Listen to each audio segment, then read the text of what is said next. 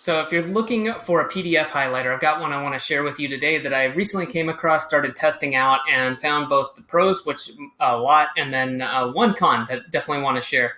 Depending on what you're using it for, it might be important. So real quick, I'm Adam with the Productivity Academy. If you're into finding out more about tools, apps, productivity, time management, automation, all that sort of good stuff, you're in the right place. You can check out more of the videos or head over to productivity.academy. All right.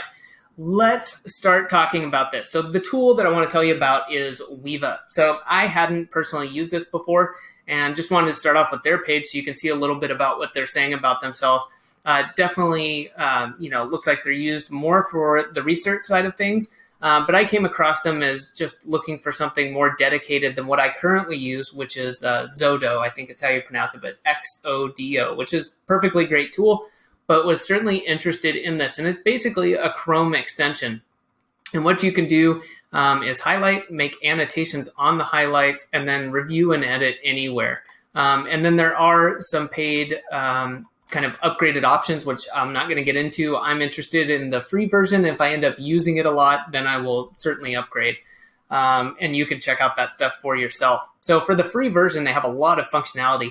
What I did was just found this test PDF. I've already got the plugin installed, and I opened it with Weava, and you can see over here, you can open it in the default PDF viewer and enable, disable. And then you've got the normal browser controls over here. So what I've done is already make a couple of highlights, and all you have to do, just like you would think, you can double click, you can click and drag, and then choose your colors. I believe with the paid version, you get many more options. But for myself, this is enough, and you can just click on it right there. And then if you click on that, you can add an annotation or a note. So this is a note example. And when you click off, it goes away. If you click back, it comes back, which is really nice. So if you want to see what's going on, you can, in terms of looking at all of this information at once, you can open it up. Sorry about that. Let me open that up, and you can see your highlights over here.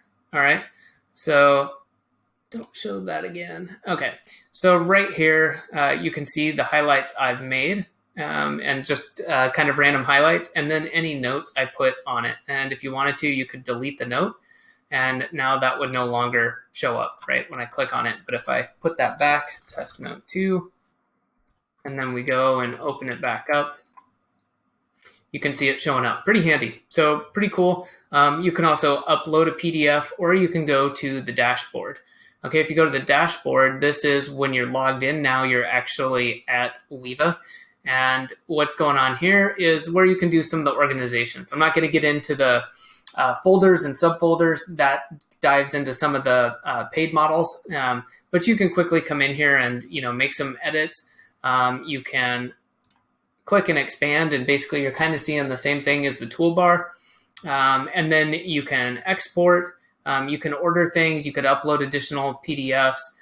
There's a lot you can do from here. So overall, really happy with this, really like it.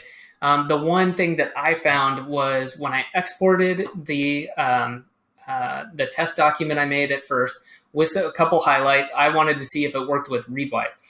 That's important for me. My workflow basically goes everything through Readwise, and then into Roam or Notion. And so for myself, it's really important that Readwise be able to pick up on this. And PDF implementation is notoriously tricky. And so I didn't expect it to work, and in the end, it actually ended up not working. But I realize that's not everyone's workflow. If you've never heard of Readwise or you don't use it, then it shouldn't be a problem. I do like that, on the free version, you've got this dashboard, which is nice. You can go in and edit things. You can export either the original or the annotated version. So I think a lot of really useful capabilities there. Just that one integration with Readwise not working, but it might be something that they do down the road. So highly recommend checking this out if you're looking for a great PDF highlighter, as well as being able to annotate. And then maybe if you're doing a lot of heavy research, one of the paid plans may or may not make sense for you. But if you got any questions about this, just leave a comment on the video and be happy to get back to you.